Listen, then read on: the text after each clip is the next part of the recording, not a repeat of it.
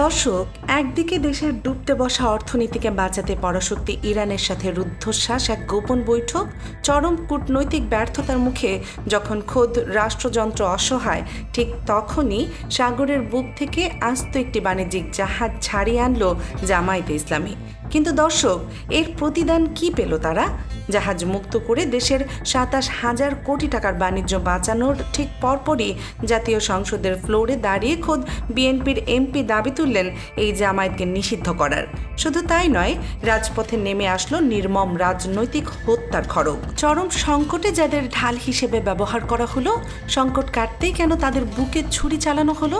যে দলটি বাংলাদেশের সৃষ্টির বিরুদ্ধে ছিল, আমি এই মহান সংসদে দাবি করব, তারা বাংলাদেশে রাজনীতি করতে পারবে না, তাদের রাজনীতিও ফ্যাসিস্টদের মতো নিষিদ্ধ করা হোক। হরমুজ প্রণালীতে আটকে থাকা বাংলার জয়যাত্রা জাহাজের রুদ্ধশ্বাস মুক্তির গল্পের আড়ালে কিভাবে উন্মোচিত হলো বিএনপি এবং ফ্যাসিবাদের দোসরদের আসল চেহারা?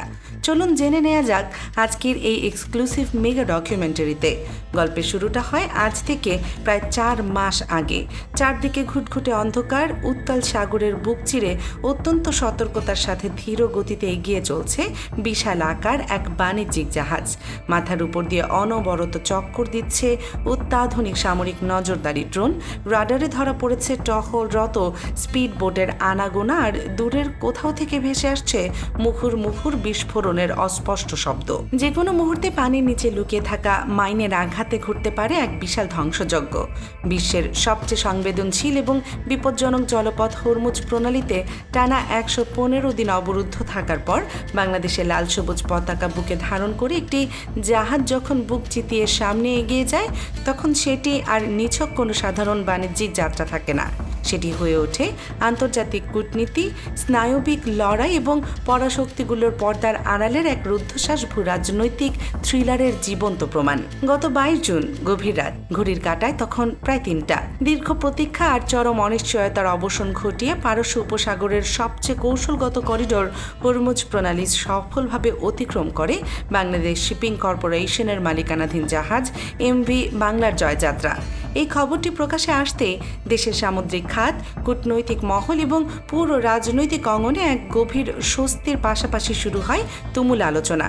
কিন্তু দর্শক, এই জাহাজের মুক্তির পেছনের গল্পটা কেবল ৩১ জন নাবিকের নিরাপদে ঘরে ফেরার গল্প নয়, এটি মূলত শক্তিশালী রাষ্ট্রগুলোর অদৃশ্য দাবার বোর্ডে বাংলাদেশের অবস্থান নিয়ে এক চরম মনস্তাত্ত্বিক স্নায়ু যুদ্ধের গল্প।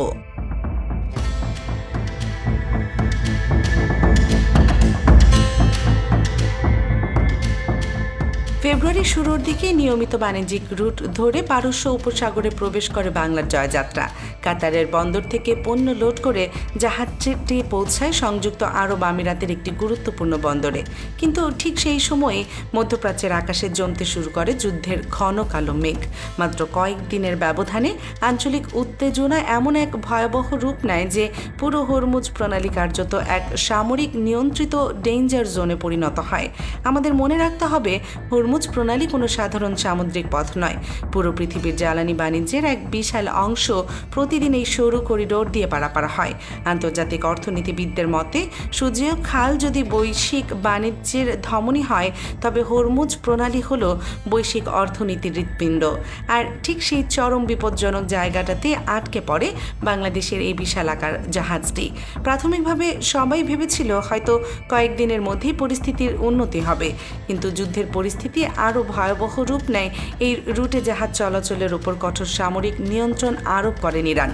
আন্তর্জাতিক বাণিজ্যিক জাহাজগুলোকে নতুন নিরাপত্তা প্রোটোকলে চলতে বলা হয়। বাংলাদেশের জাহাজটি বেশ কয়েকবার নিরাপদ করিডোর দিয়ে বের হওয়ার আপ্রাণ চেষ্টা করলেও প্রতিবারই কড়া সামরিক বাধার মুখে ফিরে আসতে বাধ্য হয়। নাবিকদের ভাষায়, সাগরের মাঝখানে কাটানো প্রতিটি রাত ছিল চরম আতঙ্কের। একদিকে জীবনের ঝুঁকি, অন্যদিকে প্রতিদিন লাফিয়ে লাফিয়ে বাড়ছিল অর্থনৈতিক ক্ষতির পরিমাণ। সামুদ্রিক ইন্স্যুরেন্সের বাড়তি ব্যয়, শিডিউল বিপর্যয় এবং আন্তর্জাতিক সাপ্লাই চেইনের জটিলতা সব মিলিয়ে বিষয়টি এক বিশাল জাতীয় অর্থনৈতিক সংকটের রূপ নেয়। ২৭,০০০ কোটি টাকার বিশাল বাণিজ্যের উপর নেমে আসে ঘোর অমানিসা।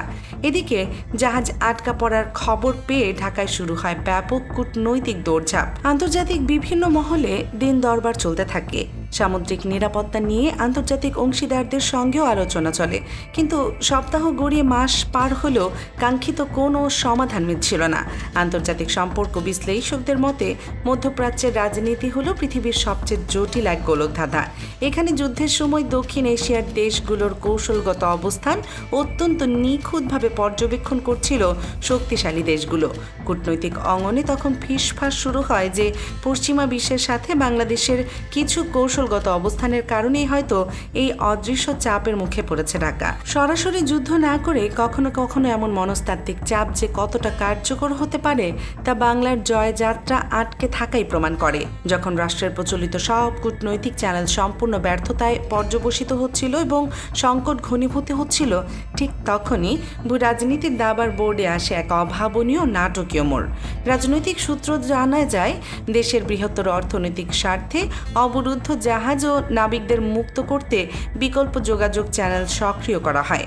ঢাকায় নিযুক্ত ইরানের রাষ্ট্রদূতের সাথে এক অত্যন্ত গুরুত্বপূর্ণ ও রুদ্ধশ্বাস বৈঠকে বসেন বাংলাদেশ জামায়াতে ইসলামীর আমির ডাক্তার শফিকুর রহমান। আন্তর্জাতিক রাজনীতিতে মধ্যপ্রাচ্যের সংকটগুলোতে জামায়াতে ইসলামীর স্বাধীন মজলুমের পক্ষে এবং ভারসাম্যপূর্ণ পররাষ্ট্রনীতির ভূয়সী প্রশংসা এর আগেও প্রকাশ্যে করেছিলেন ইরানি রাষ্ট্রদূত।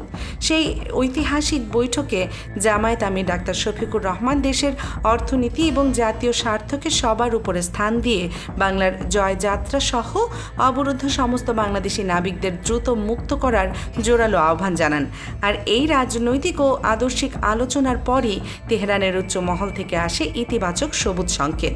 বৈঠকের মাত্র 3 দিনের মাথায় ইরান আনুষ্ঠানিকভাবে জানিয়ে দেওয়া হয় যে তারা বাংলাদেশের আর কোনো বাণিজ্যিক জাহাজে বাধা দেবে না। ইরানের বিপ্লবী গার্ড বাহিনী বা আইআরজিসির বিশেষ ক্লিয়ারেন্স পাওয়ার পরই জাহাজটি ওমানের বহিনোঙর থেকে সফলভাবে হরমুজ প্রণালী পার হয়ে আরব আমিরাতের ফুজাইরা বন্দরের দিকে ছুটে চলে। সেখান থেকে জাহাজটি তার চূড়ান্ত গন্তব্য দক্ষিণ আফ্রিকায় রওনা হবে। টানা 115 দিনের অবরুদ্ধ অবস্থা থেকে জাহাজের মুক্তি বর্তমান সরকারের জন্য নিঃসন্দেহে একটি বড় স্বস্তি এবং ভূরাজনৈতিক বিজয়ও। কিন্তু এই আন্তর্জাতিক সফলতার স্বস্তির মাঝে দেশের অভ্যন্তরীণ রাজনীতিতে দেখা যায় সম্পূর্ণ ভিন্ন এক ট্র্যাজিক চিত্র। একদিকে যখন দেশের ডুবতে বসা অর্থনীতিকে বাঁচাতে জামায়াতে ইসলামী তাদের আন্তর্জাতিক সম্পর্ক কাজে লাগিয়ে জাহাজ ছাড়িয়ে আনলো, ঠিক তখনই তার পরপরই জাতীয় সংসদের ফ্লোরে দাঁড়িয়ে অত্যন্ত আক্রমণাত্মক ভাষায় জামায়াতকে নিষিদ্ধ করার দাবি তুলে বসেন বিএনপির এক সংসদ সদস্য।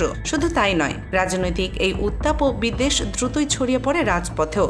রাজনৈতিক প্রতিহিংসার জেরে গাইবান্ধার পলাশবাড়িতে যুবদল ও ছাত্র শিবিরের মধ্যে চরম সংঘাতে এক উদীয়মান তরুণ শিবির নেতাকে নির্মমভাবে পিটিয়ে হত্যা করা হয়, যা পুরো দেশের পরিস্থিতিকে আরও ঘোলাটে করে তোলে। নতুন বাংলাদেশের সচেতন নাগরিক সমাজ এবং রাজনৈতিক বিশ্লেষকরা এখন এই ঘটনাগুলোর চুলচেরা বিশ্লেষণ করছেন। অনেকে গভীর ক্ষোভের সাথে প্রশ্ন তুলছেন, জাতীয় সংকটের মুহূর্তে যে দলের কূটনৈতিক ভূমিকা ও রাজপথের শক্তি দেশের সার্বভৌমত্ব ও অর্থনীতি রক্ষায় কাজে আসলো, সংকট পেরোতেই কেন তাদের সাথে এমন আচরণ অকৃতজ্ঞতার সাথে করা হলো? রাজনীতিতে মিত্রতা ও স্বার্থের সমীকরণ সবসময় পরিবর্তনশীল। তবে এই ঘটনা প্রমাণ করে আন্তর্জাতিক রাজনীতিতে যেমন কোনো স্থায়ী শত্রু বা মিত্র নেই, স্বার্থই শেষ কথা, ঠিক তেমনি দেশের অভ্যন্তরীণ রাজনীতিতেও যে কোনো মুহূর্তে ছুরি চালানো হতে পারে। দর্শক, আন্তর্জাতিক কূটনীতির এই রুদ্ধশ্বাস জয় এবং দেশের ভেতরের এই নোংরা রাজনৈতিক দ্বিচারিতাকে আপনি কিভাবে দেখছেন? ভবিষ্যৎ রাজনীতিতে বিএনপি ও জামায়াতের এই মেরুকরণ কোন দিকে মোড় নিতে পারে বলে আপনি মনে করেন? আপনার অত্যন্ত সুচিন্তিত মতামত আমাদের কমেন্ট বক্সে বিস্তারিত জানিয়ে দিন। ভিডিওটি ভালো লাগলে একটি লাইক দিন এবং আন্তর্জাতিক ভূ রাজনীতি ও দেশের অভ্যন্তরীণ রাজনীতির এমন সব এক্সক্লুসিভ মেগা ডকুমেন্টারি সবার আগে পেতে দেশ নিউজ 24 চ্যানেলটি এখনই সাবস্ক্রাইব করে বেল আইকনটি বাজিয়ে রাখুন। সত্যের পক্ষে থাকুন, আমাদের সাথেই থাকুন। আল্লাহ হাফেজ।